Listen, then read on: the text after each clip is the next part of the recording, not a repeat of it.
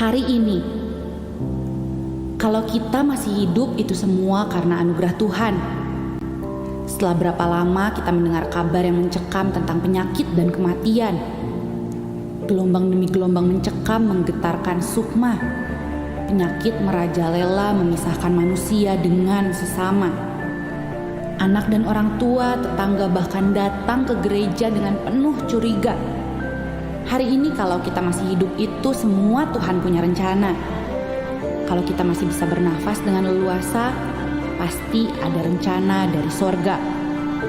Kita hidup untuk apa? Kita hidup untuk siapa?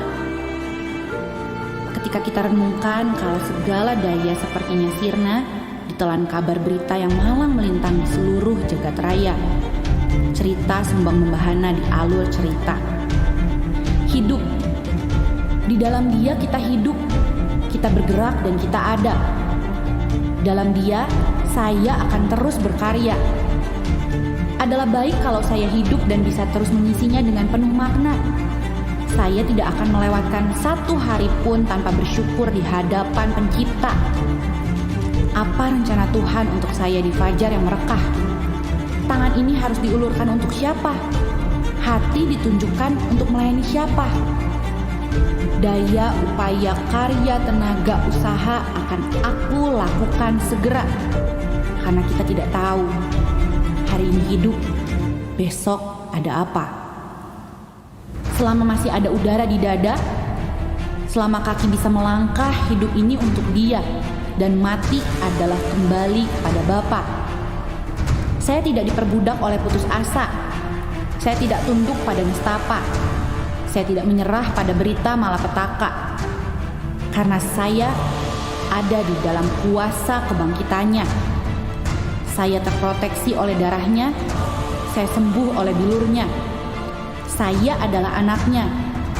Saya adalah muridnya. Saya adalah kekasihnya. Saya adalah bagian dari gerejanya. Alive to do good. Alive to connect with God. Alive to make disciples. It is good to be alive. I am blessed. I am redeemed. I am alive to bless others. I am grateful to be alive.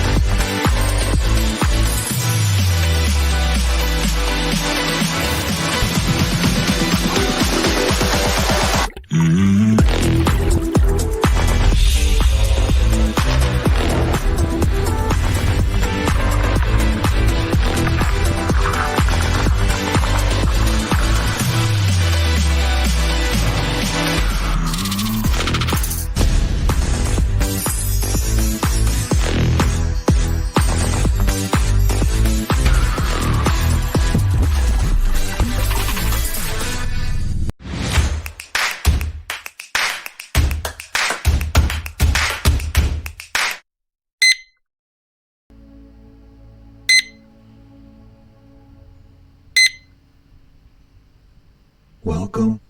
Shalom, selamat pagi Jemaat Tuhan. Mari kita siapkan hati kita rindu untuk menyembah Tuhan kita Yesus Kristus di pagi hari ini. Tuhan Yesus, terima kasih buat kasih-Mu, buat anugerah-Mu yang melimpah di dalam hidup kami di hari baru yang ini, di hari Minggu ini Tuhan. Kami datang menyembah-Mu Tuhan, kami rindu untuk lebih dekat dengan-Mu Tuhan. Engkau bersama-sama di atas segala pujian yang kami lakukan di berdoa dan mengucap syukur. Haleluya, amin.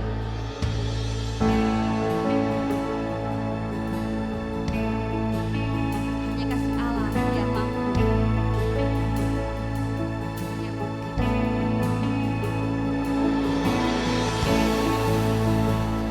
Yang dapat pisahkan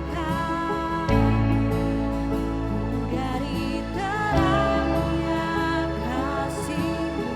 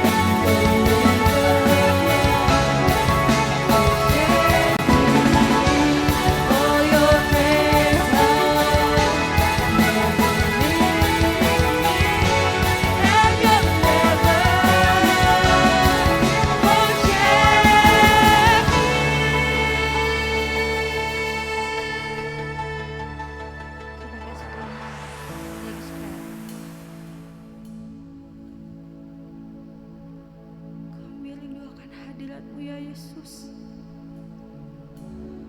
Kami mau masuk dalam hadirat-Mu. Kami mau buka hati kami Tuhan, untuk dapat merasakan hadirat-Mu, untuk dapat merasakan kasih setia-Mu dalam hidup kami ya Tuhan. Kau yang sempurnakan kami, Kau yang lawat kami Tuhan, hingga kami dapat merasakan keindahan hadirat-Mu dalam hidup kami ya Yesus. Diam di dalam hadirat-Mu.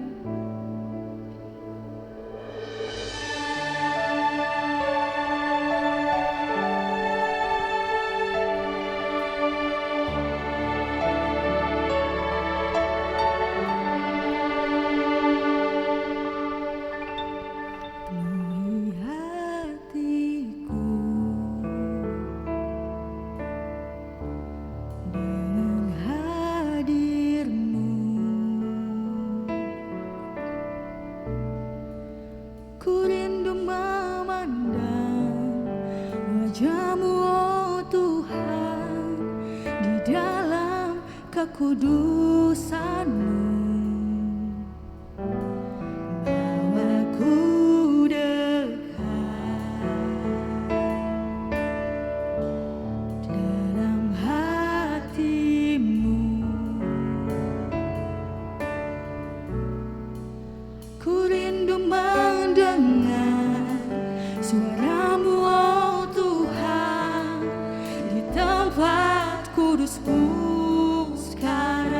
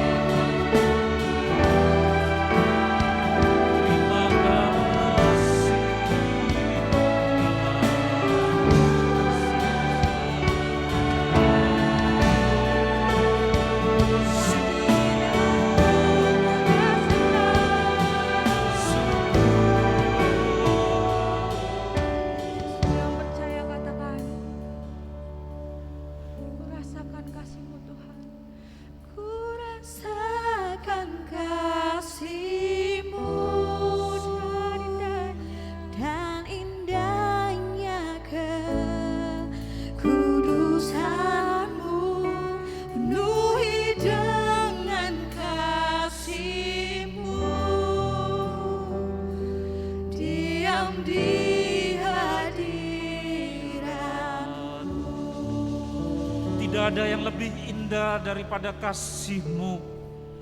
Kasih-Mu itu merah, semerah darah-Mu yang sudah Engkau relakan oleh karena cinta yang luar biasa kepada kami. Bagaimana anak-anak-Mu bisa mengucap syukur kepadamu karena begitu besarnya kasih-Mu yang ajaib, yang tidak ada bandingannya. Oh, glory, puji nama-Mu. Glory, puji nama-Mu. Syukur bagimu.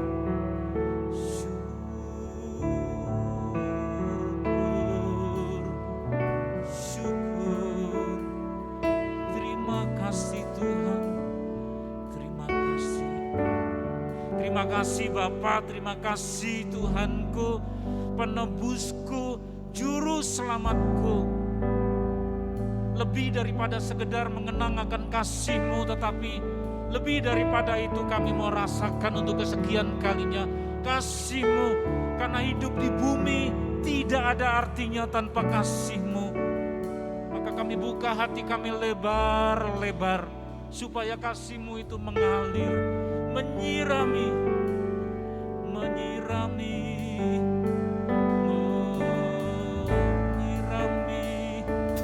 sirami hati kami, supaya teduh, supaya tenang, supaya ada damai sejahtera. Karena kasih-Mu itulah sumber dari segala damai sejahtera yang membuat hati kami tenang bersama dengan Engkau. Silakan Tuhan untuk menyatakan firman-Mu, isi hati-Mu kepada kami. Pakai mulut lidah hamba-Mu Tuhan yang tidak ada apa-apanya di hadapan-Mu, supaya kebenaran yang berasal daripada firman-Mu saja yang boleh disampaikan dan nama-Mu dimuliakan. Segala pengharuan, pencobaan, gangguan apapun, suasana yang tidak menentu di sekitar kami yang mau membelokkan konsentrasi, semua dibungkam di dalam nama Tuhan Yesus. Dan hanya firman-Mu yang beroleh tempat di dalam hati kami, di dalam nama-Mu.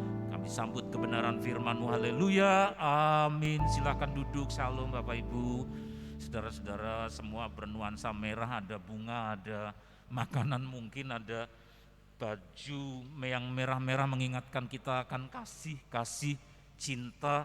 Tetapi kita harus tahu bahwa cinta di atas segala cinta, kasih di atas segala kasih itu asalnya dari Tuhan sendiri, karena kasih-Nya manusia menjadi tidak ada artinya kalau tidak dibungkus, ditopang, dan dikendalikan serta dikuasai oleh kasih Tuhan.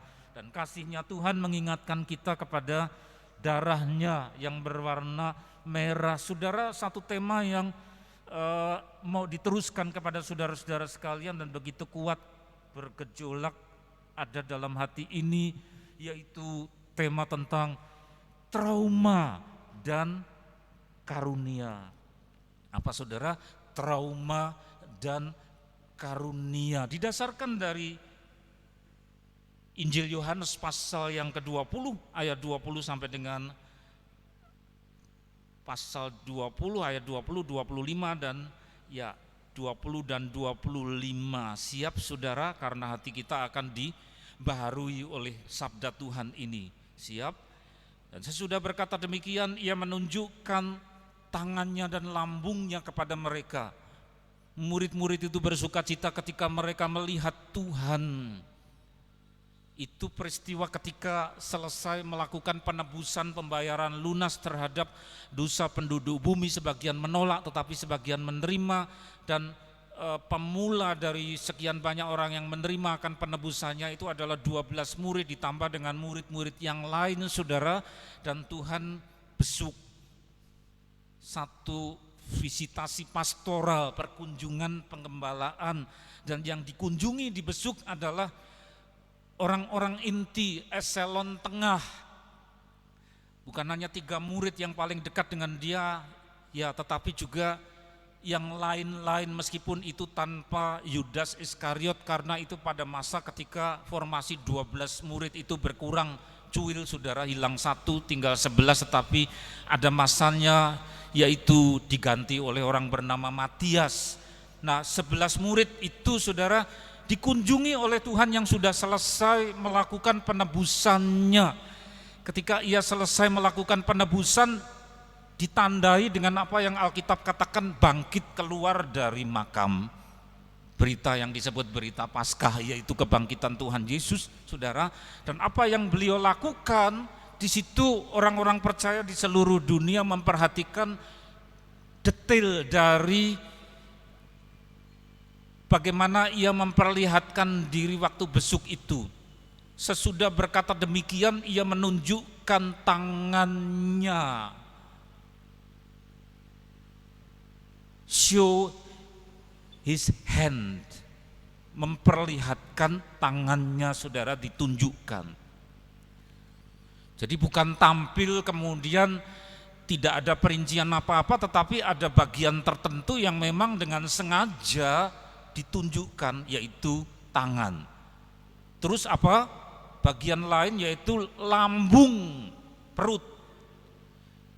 Nah, kemudian langsung murid-murid itu ingat, dan murid-murid pada masa kini juga kemudian tahu, yang mengikuti akan detail dari bagaimana beliau itu melakukan penebusan atau pembayaran lunas hukuman yang seharusnya dipikul oleh kita, tapi beliau yang pikul, selesai dengan bangkit. Tapi saudara, di sini kalau tidak tergesa-gesa, murid-murid yang pada masa itu sampai kepada masa kini pun juga tanpa tergesa-gesa itu, lalu apa saudara, saya punya istilah Jawa namanya cinga.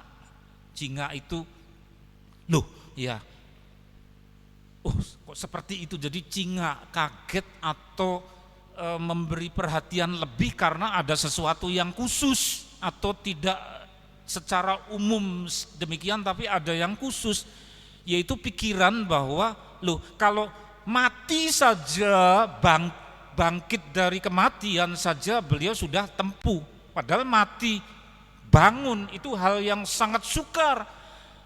Mana ada ya hitungan angka yang tepat orang yang bangkit dari kematian.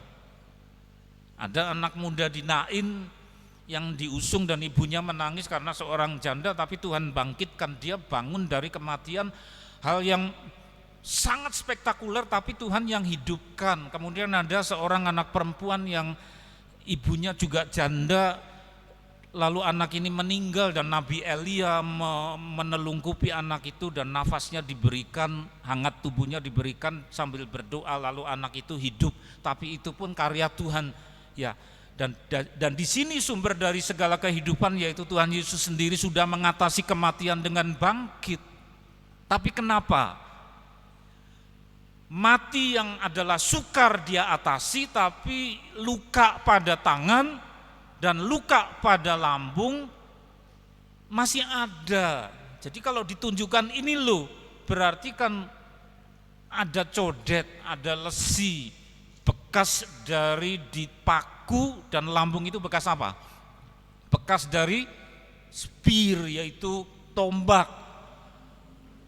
Jadi ketika meninggal itu dalam keadaan bolong, saudara, robek, kepala ya robek karena duri, terus tangan berlubang karena paku, perutnya karena tombak, begitu juga dengan kakinya. Nah kalau bangkit, kenapa tidak dengan sekalian seluruh tubuh ini dipulihkan? Kan begitu saudara ya, pikiran orang. Mati saja dia atasi, kenapa lubang-lubang pada tangan dan kaki serta perut dibiarkan membekas? Sesuatu yang codet, membekas, meskipun orangnya sudah sembuh, tampil sehat, tapi codet itu masih ada, namanya apa? Trauma. Di ruangan ini berapa orang yang pernah mengalami operasi? Ya, ada yang operasi apa? Perut karena usus buntu appendix, ada yang operasi apa? Tangan. Entah ada yang operasi kaki atau tidak. Kalau saya belum pernah, saudara. Tapi saudara yang pernah, saya pernah, tapi operasi kecil, ya. Dan ketika sudah pulih, saya tunjukkan ke istri, loh, ya, halus, tidak sungguh-sungguh halus. Dia pakai kacamata, lihat ada trauma, ya. karena ada bekas jahitan itu yang meskipun benangnya diambil sakit sekali saudara, benangnya diambil dicabuti oleh dokter bedah dan luka itu menutup, tapi kan masih ada trauma membekas. Nah di sini ya, kalau orang-orang Kristen teliti karena cintanya kepada Tuhan sehingga perincian-perincian dari yang dikasih pasti disoroti, dibahas dan menimbulkan pertanyaan, loh Tuhan, mati saja engkau sudah atasi, kenapa kok bolong-bolong yang jadi codet engkau biarkan, tidak jadi kulit halus ya. Malah justru codet itu ditunjukkan tangan dan lambungnya kepada mereka. Murid-murid itu bersukacita ketika mereka melihat Tuhan. Maka kata murid yang lain itu kepadanya, kami telah melihat Tuhan. Tetapi Thomas berkata kepada mereka, sebelum aku melihat bekas paku. Saudara, yang dipersoalkan apa? Trauma. Thomas tidak percaya, masa sih Tuhanku bangkit? Kan sudah dikubur, saudara. Waktu itu memakai tubuh manusia dan bisa mengalami kematian, dia tidak percaya sebelum apa? Dia menunjuk kepada satu titik namanya trauma. Dia berkata apa? Sebelum aku melihat bekas paku, yaitu codet itu pada tangannya. Terus apa? Sebelum aku mencucukkan jariku atau memegang jarinya itu memegang kepada apa saudara? Ke dalam lambungnya, berarti ada bekas luka pada lambung. Sekali-kali aku tidak akan percaya, dia hanya bisa percaya kalau melihat dan memegang trauma. Saudara, di sini inti dari trauma ya.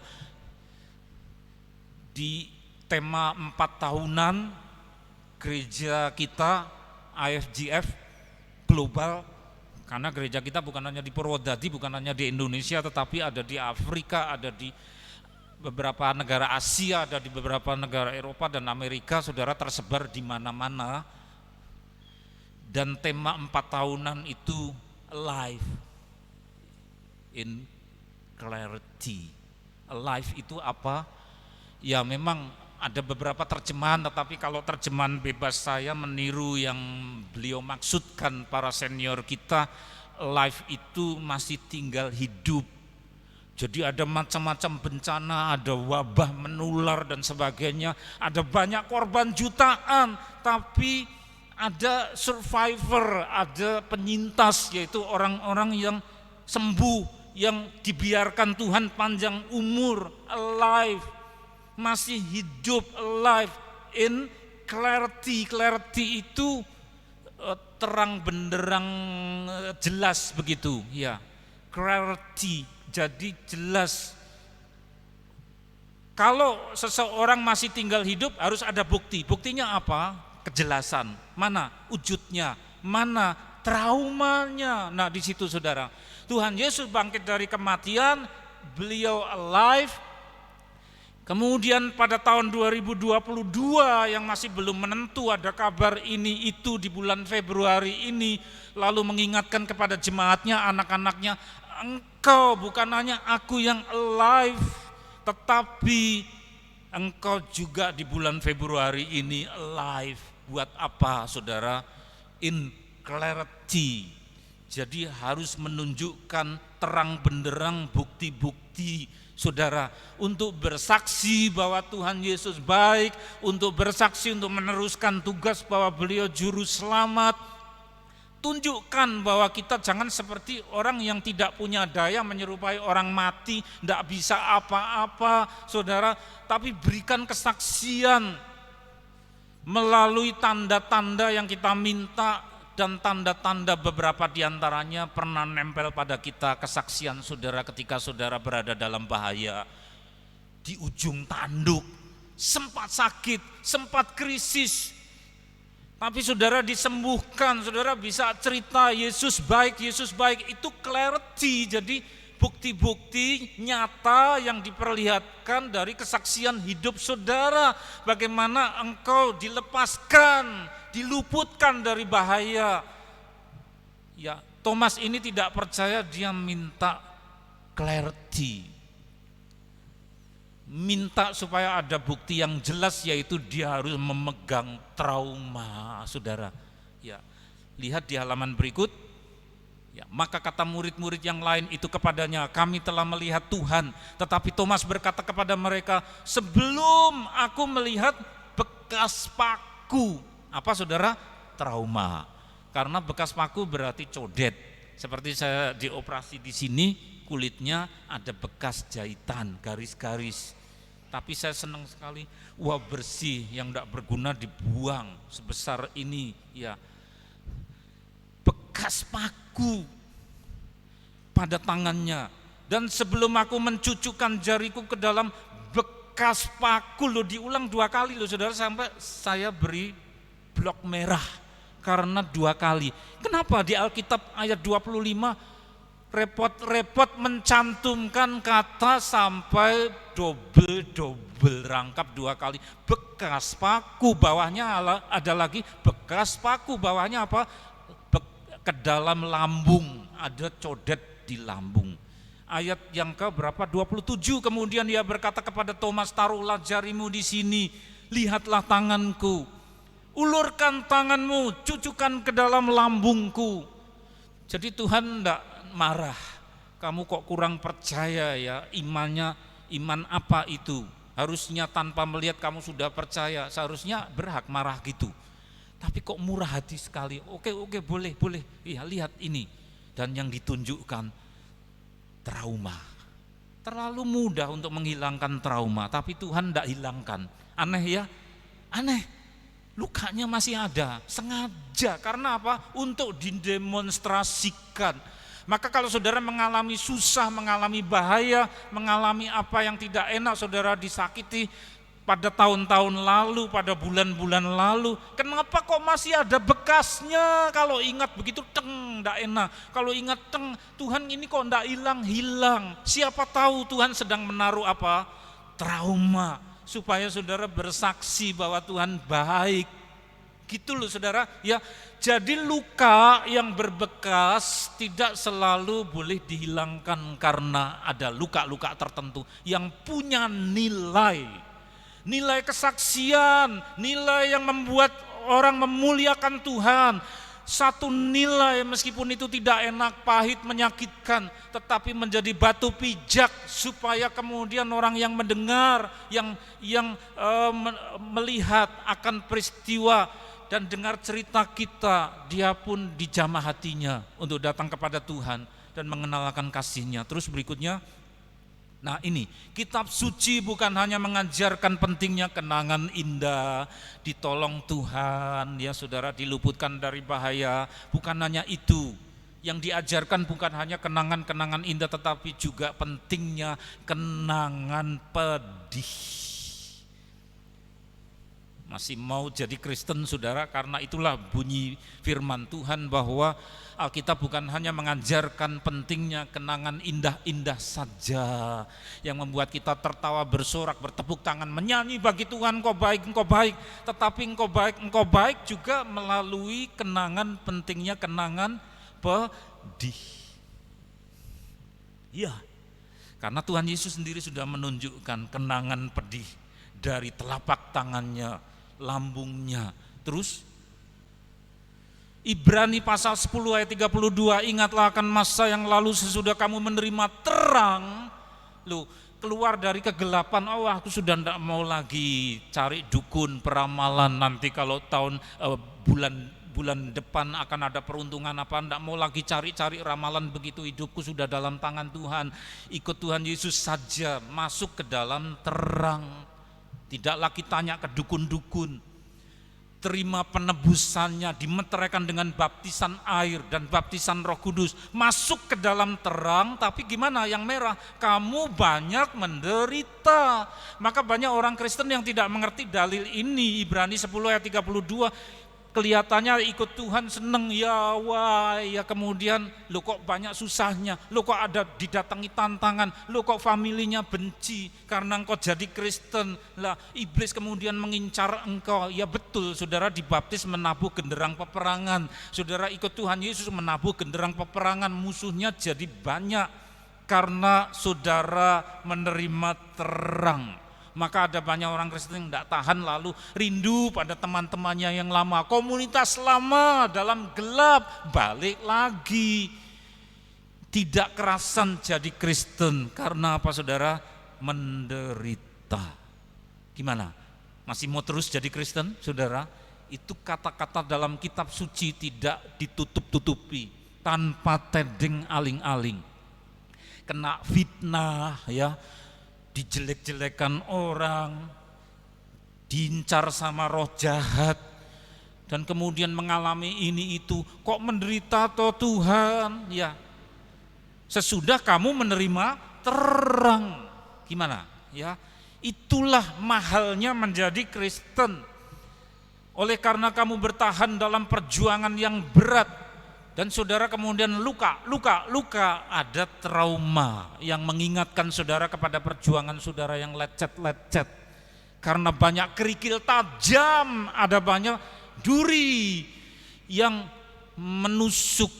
Paulus juga menangis kepada Tuhan, Tuhan kok begini, aku sudah 3 kali berseru kepadamu, kenapa utusan iblis ini tidak mundur daripadaku? Kemungkinan dia sakit pada matanya. Orang lain sembuh, ku doakan melalui aku. Lah kok aku sendiri kok begini? Itu pergumulan Paulus, tapi kemudian Tuhan Yesus berkata, justru dalam kelemahanmu lah kuasaku jadi sempurna. Artinya Tuhan ngerti yang terbaik bagi Paulus dalam keadaan seperti itu, saudara. Ada rahasia-rahasia yang hanya Tuhan yang mengerti. Orang memang semua ingin hidup lancar, hidup sehat, tapi kenapa kok ada saja yang membuat orang Kristen susah? Ya, itu memang dicantumkan dalam Alkitab dan memang tidak semuanya bisa diungkap mengenai trauma tadi. Karena kalau butuh penjelasan tidak semua orang percaya siap, tapi kelak akan ada waktunya di mana itu disingkapkan ketika harinya sudah genap. Ada banyak orang Kristen yang menuntut untuk paham, padahal tuntutan Tuhan bukan untuk mengerti dan paham, tetapi untuk percaya kepada jalan Tuhan. Meskipun jalan itu berliku, menanjak, dan kau berkata, habis nafasku Tuhan, capai, aku tergulai. Tapi Tuhan mengulurkan tangannya, ayo bangun lagi. Dan tangan yang terulur itu berlubang paku membangunkan kita, ayo terus jalan. Memang setiap orang yang mau hidup, 2 Timotius pasal 3 ayat 12, setiap orang yang mau hidup beribadah di dalam Kristus, gimana? Akan menderita aniaya. Siapa? Setiap orang yang mau hidup beribadah di dalam Kristus Yesus akan menderita aniaya. Banyak yang lari loh saudara, tidak mau lagi ikut Tuhan Yesus, merasa tidak enak. Belum sampai ke surga tapi jalannya ke surga dihalangi, dia lari. Banyak yang dipanggil tetapi sedikit yang diselamatkan, yang terpilih, yaitu yang lulus sampai final. Kalau saudara sudah start, jangan berhenti. Maka pada tanggal 13 Februari, apa yang didengungkan dan mengumandang kepada telinga dan hati kita saat ini, meskipun banyak trauma, Tuhan ingin engkau semua dan saya sampai ke final. Amin saudara, amin. Ya, tidak ada yang belok di tengah jalan karena tidak tahan. Oh, ikut beribadah di dalam Tuhan kok ada saja godaan, ada saja yang menyakitkan. Terus saudara, jalan. Lah tertatih-tatih itu Tuhan gimana? Lah saya terkulai itu gimana? Nanti Tuhan yang bangunkan. Jalan terus ya. Selama ada niat iman di dalam pengharapan, di dalam kasih kepada Dia, Tuhan yang bangunkan. Terus berikutnya, trauma dan karunia Ibrani 13 ayat 12 itu jugalah sebabnya Yesus telah menderita di luar pintu gerbang. Dibawa keluar karena di dalam pintu gerbang, di dalam kota itu orang terhormat, punya status. Tapi kalau orang dikeluarkan dari pintu gerbang artinya sudah dianggap mati, dianggap mayat, padahal disuruh memikul itu masih hidup. Jadi masih hidup sudah dianggap mati. Keluar pintu gerbang untuk menderita di kayu salib lalu naik ke atas bukit. Di situ dia dipaku.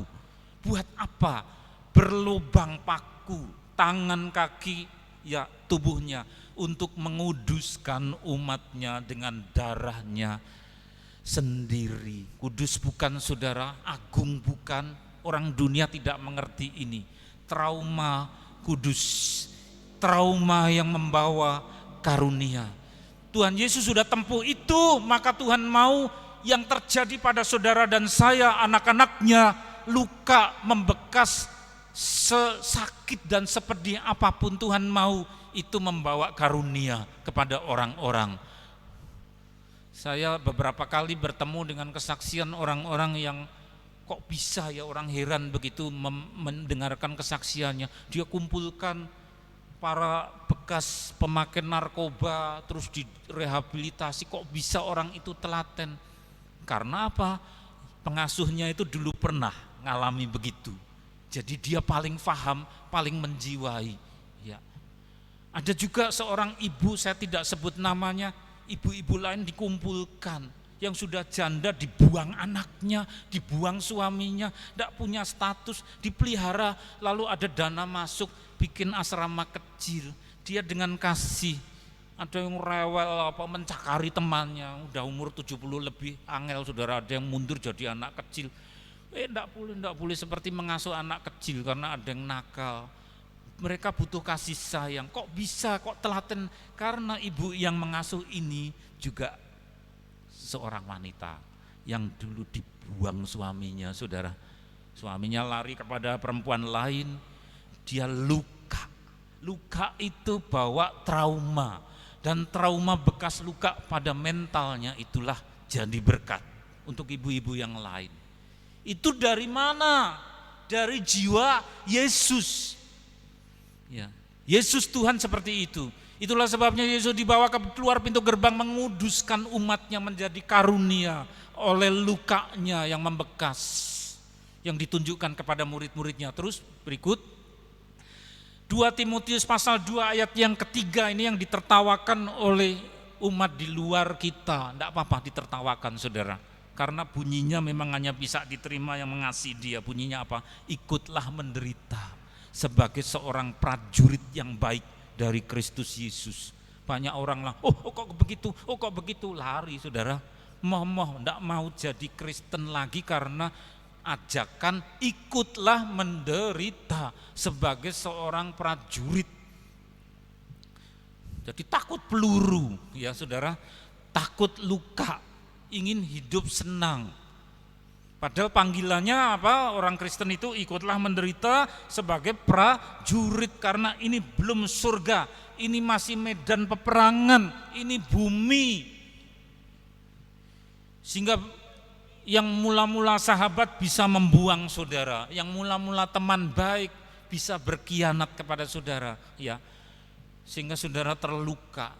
Saudara tidak salah bisa jadi sasaran, asal bukan karena kita yang berdosa loh saudara, jangan karena kita yang jahat. Kalau kita menderita karena salahnya sendiri, ya memang harus bertobat, tapi maksudnya ini adalah salib itu penderitaan yang seharusnya bukan untuk ditimpakan kepada si orang benar, tetapi toh ditimpakan kepada Tuhan Yesus dan kita. 2 Timotius pasal 1 ayat 8, jadi janganlah malu bersaksi tentang Tuhan kita, dan janganlah malu karena aku. Jangan malu punya Tuhan Yesus yang dilukai, meskipun banyak diejek, ya, diejek macam-macam itu, jangan marah, enggak apa-apa, nanti itu urusannya sama Tuhan. Yang keluar di TV, ya, ada yang sakit hati, dah enggak usah ngenyek atau menghina kepada yang disalibkan, dah biar, ya. Jangan malu bersaksi tentang Tuhan kita, jangan malu karena aku, karena Paulus, seorang hukuman karena dia, melainkan ikutlah menderita bagi Injilnya oleh kekuatan Allah. Supaya Injil diberitakan, ada lagi pribadi-pribadi yang saudara tarik, dihantar dengan kasih, dengan air mata, datang kepada Tuhan. Ini meskipun kelompok kecil, tapi hidup ada saja yang ditarik datang pada Tuhan, baptis, ya ada lagi, belum selesai tugas kita. Dan setiap kali ada perjuangan begitu, saudara digenjeleng oleh iblis, enggak usah takut. Ya, terus berikut. Kisah Para Rasul pasal 14 ayat 22, di tempat itu mereka menguatkan hati murid-murid itu. Loh, kok dikuatkan, kenapa? Karena banyak yang lemah, banyak yang mau lari, banyak yang tidak tahan. Maka di tempat itu kelompok murid-murid Tuhan itu, mereka menguatkan hati murid-murid itu dan menasihati mereka supaya mereka bertekun dalam iman dan mengatakan bahwa untuk masuk ke dalam kerajaan Allah kita harus mengalami apa? Banyak sengsara. Untuk masuk ke dalam kerajaan Allah kita harus mengalami banyak sengsara. Maka Tuhan Yesus pernah berkata, masuklah jalan yang sempit itu, karena lebarlah jalan menuju kebinasaan, jalan gampangan, jalan lebar. Banyak orang mau masuk ke jalan sempit tapi tidak bisa. Berjuanglah, kata Tuhan, jalan sempit ya ke dalam kerajaan Allah. Terus lagi, nah itu saya belum lahir saudara, tapi kakak-kakak saya sudah lahir.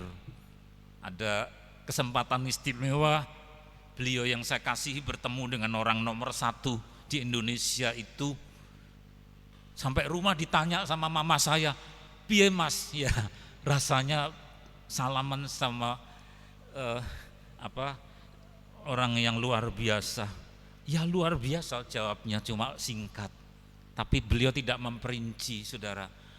Dan kemudian saya lihat, saudara, 10 kali lebih Bapak nomor 1, terlepas dari kelemahannya ya saudara, 10 kali lebih. Saya hanya mencantumkan 10 ya, yang menyebabkan trauma. Tapi trauma itu membawa berkat bagi bangsa Indonesia. Tahun 29 di penjara di Bangkui, Bandung, Bung Karno itu ya. Tahun 30 di penjara di Sukamiskin, Bandung. Loh, satu kota 2 kali di penjara oleh penjajah Belanda loh saudara ya. Tahun 34 ditahan di penjara di ND Flores NTT Nusa Tenggara Timur. 38 ditahan di Bengkulu. Tahun 48 ditahan lagi di Brastagi Karo Sumatera Utara. Tahun 49 waktu agresi tentara Belanda ditawan di Parapat Sumatera. Tahun 49 ditawan di Pulau Bangka. Tanggal 30 November dihujani granat waktu berkunjung ke sekolah kedua anaknya. Kemudian pulangnya mau naik mobil, ada 4 granat yang dilempar ke arah beliau. Beliau diseret dan dijatuhkan, ditutupi oleh ajudannya yang sangat cekatan. Sehingga granat itu meledak, 5 granat, tidak ada yang kena beliau saudara. Tuhan masih mengendaki umur panjang kepada Bung Karno. Itu terjadi di Cikini tahun 57. Tahun 62 sedang beribadah, belakangnya barisan belakang pura-pura ibadah mengambil pistol. Begitu diarahkan, lu mana? Ya, kok 2 orang mirip, bingung saudara, meleset, tangkap. Ya, terus begitu tahun 62 diserang granat di Makassar, luput. Ini rasanya gimana jiwanya beliau itu saudara, Bapak Presiden pertama. Trauma. Tetapi apa? Tahun 62 perhatikan, trauma itu menghasilkan kegigihan. Ya, saya bisa dibunuh, tapi Indonesia tidak bisa lagi diperbudak oleh negara asing. Sehingga kemudian kas kosong minus di negara ini saudara, yang minim sekali, tetapi orang heran sampai ke Rusia memborong banyak mesin. Sehingga di Madiun, di Mauspati diintai oleh Amerika, kaget saudara. Ada deretan pesawat Ilyushin, ada Tupolev, ada MiG-21, MiG-19, MiG-17, MiG-15. Lalu Belanda langsung diberitahu, kamu pulang aja, mulih wae, ya mulih. Remuk kamu menghadapi Indonesia. Loh, kok bisa punya ya mesin perang yang sebanyak itu? Entah dibayar pakai apa saya enggak tahu, entah ditukar pakai karet, cengkeh atau kopi atau apa. Saudara, uangnya sedikit. Negeri ini tahun 62, tapi penjajah pergi tidak balik lagi saudara. Karena apa? Ini sudah dipenuhi dengan luka di penjara, keluar masuk penjara. Ya, saya mengucap syukur ayah saya sempat salaman dengan beliau. Saya belum lahir itu saudara, tapi cuma ditanya mama kayak apa rasanya, ya jawabnya cuma luar biasa. Oh saudara, ini saja ya hal yang di luar kelompok kita, apalagi di dalam Tuhan. Tuhan Yesus sendiri lebih daripada super trauma karena sampai kepada kuburan. Dan ketika saudara dilihat oleh Tuhan, oh engkau trauma, tak ada bekas-bekas. Tuhan mau itu jadi berkat, trauma dan karunia. Oh haleluya, haleluya. Tak ada yang bisa memisahkan kita dari Tuhan. Karena Tuhan begitu sayang kepada kita, cintanya itu merah seperti darah. Dan darahnya sudah dicurahkan. Cinta warnanya merah saudara. Maka jangan hanya berhenti pada baju merah, tapi itu cinta penuh dengan luka. Dan luka itu tidak akan membawa kepada kebinasaan, tetapi membawa berkat. Tiada yang dapat pisahkan kita dari kasih Tuhan. Oh hosana, hosana, hosana. Glory, glory, hosana, hosana. Kasih-Mu Bapa, kasih-Mu Tuhan, kasih-Mu. Oh Yesus, Yesus Tuhan, kasih-Mu Bapa.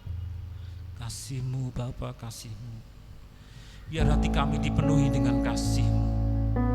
Hosana, hosana, glory, glory. Kudus, kudus, kudus.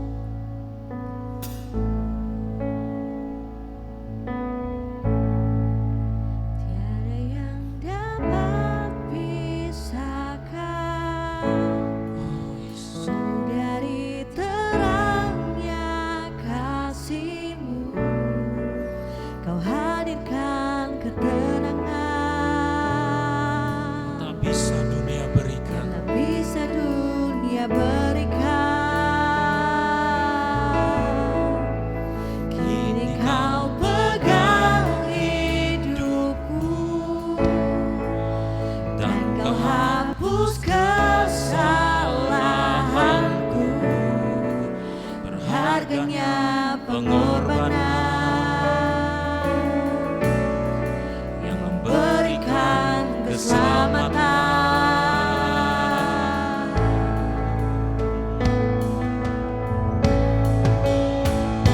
Bersama-sama Kau hadir di setiap langkahku. Ku aman di dalam hadirat-Mu. Buktikan setia.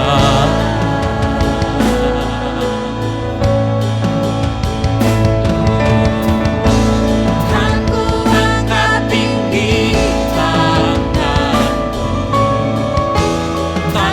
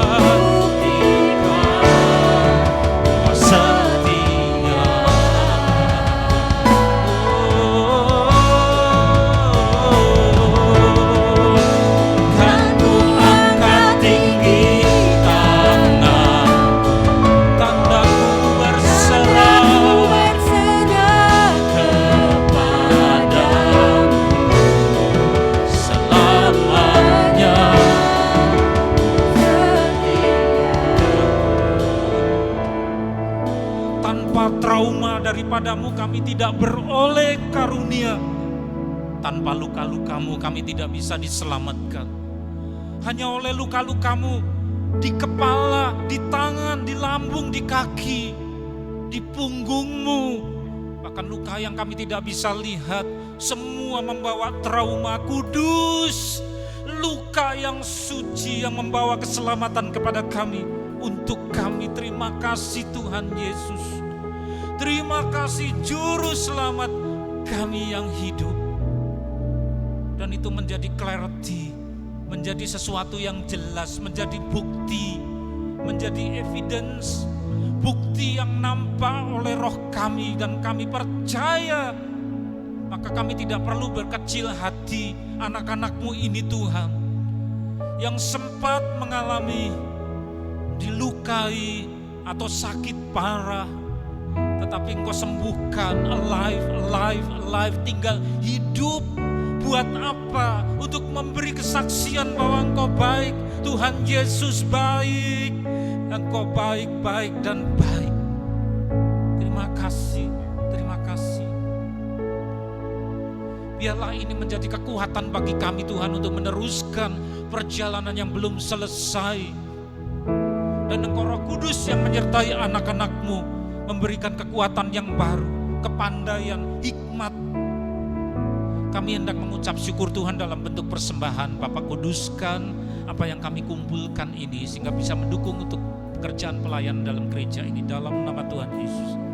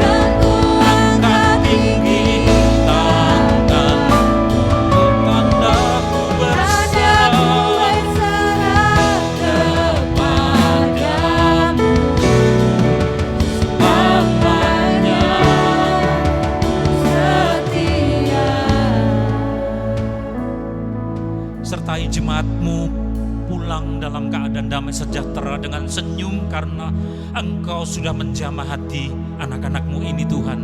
Kami mengangkat kedua belah tangan kami, Engkau mencurahkan berkat-Mu, berkat yang dicurahkan di dalam nama Allah Bapa di surga, kasih karunia Dia yang sudah dilukai dan bangkit bagi kami, Tuhan Yesus Kristus, serta penyertaan sukacita, kekuatan dan terang dari Roh Kudus pada hari ini sampai Tuhan datang yang kedua kali, bahkan sampai selama-lamanya, dalam nama Tuhan Yesus Kristus. Semua yang percaya berkata amin.